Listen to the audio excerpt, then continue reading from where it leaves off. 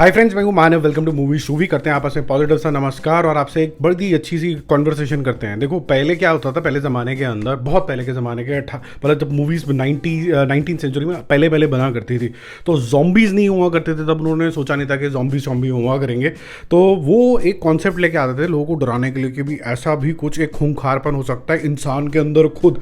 और वो क्या होता था, वो होते थे फ्रैंकेनस्टाइन, यानी कि इंसान ने मरे हुए इंसान को जोड़ जाड़ के जिंदा कर दिया। तो फ्रैंकेनस्टाइन की कहानी आपने मोटा मोटा लेवल पे थोड़ा बहुत सुनी होगी, बट ये जो अभी आई है क्रीचर नाम की सीरीज़, ये पहले तो टर्की के अंदर स्थित है, इस्तांबुल में। यहाँ पर कहानी होती है, एक इंसान होता है जिया, और वो डॉक्टर बनना चाहता है। क्यों बनना चाहता है, उसके पीछे एक बहुत ज़्यादा स्ट्रॉन्ग रीज़न है, इमोशनल रीज़न भी है, मोहब्बत वाला रीज़न भी है। अब वो अपने ही जैसे किसी एक इंसान से मिलता है जो बहुत पैशनेट होता है डॉक्टर बनने के लिए। वो ये लोग ये भी रिसर्च कर रहे होते हैं कि मुर्दाओं को ज़िंदा कैसे किया जाता है, और उसके बाद किसी वजह से एक इंसान जो है वो मुर्दा खुद हो जाता है और उसको ज़िंदा किया जाता है। फिर क्या कुछ होता है उसके अंदर, एक अच्छा खासा एडवेंचर है।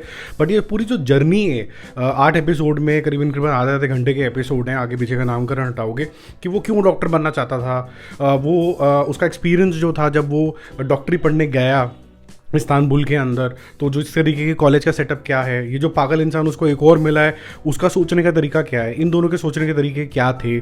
जो सेटअप है वो बहुत ही ज़्यादा शानदार है, अर्ली 19th सेंचुरी का, जब प्लेग भी बहुत बड़ी बात होती थी।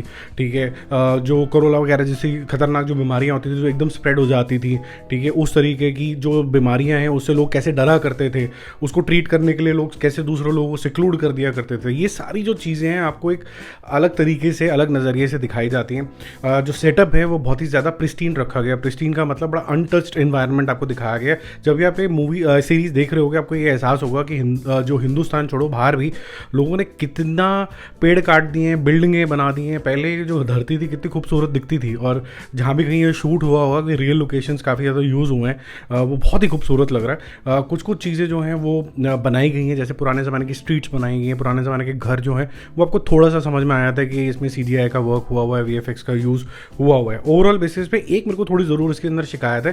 देखो, ये कोई कॉमिक तरीके की सीरीज़ नहीं है, बट इसके अंदर एक लाइट हार्टेड जोन के अंदर है, लेकिन जो म्यूज़िक चलता है वो थोड़ा कॉमिकल चलता है, तो थोड़ा सा मिसमैच होता है आपके दिमाग के अंदर, क्योंकि जो सीन चल रहा है वो एक्चुअली में सीरियस है, लेकिन जो बिहेवियर है कैरेक्टर्स का वो थोड़ा सा बॉडी लैंग्वेज से कॉमिकल हो रहा है, लेकिन वो कॉमेडी कर नहीं रहे ना, तो वो डायलॉग इस तरीके से डिलीवर कर रहे हैं। तो फिर क्या कुछ होता है, ये जो फ्रैंकेनस्टाइन या क्रीचर टाइप चीज़ जो बन जाती है, क्या ये अपने होशो हवास में आ भी पाएगी कि नहीं आ पाएगी। जिस वजह से जिया जो एक्सपेरिमेंट कर रहा था, क्या वो अचीव करना चाहता था, वो फर्दर अचीव कर भी पाएगा कि नहीं कर पाएगा, यही सब आप इस सीरीज़ में देखोगे। सेकंड पार्ट आने नहीं वाला, ये लिमिटेड सीरीज़ है।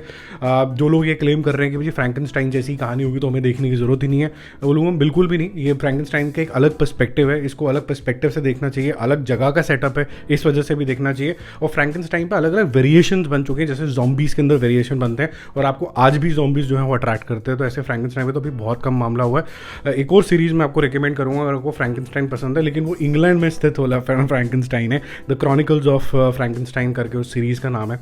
वो भी आप देख सकते हैं। उसके 2 सीज़न आए, तीसरा सीज़न कैंसिल हो गया, और वो भी कोरोना की वजह से हो गया, अदरवाइज तीसरा सीज़न भी बनना था उसका।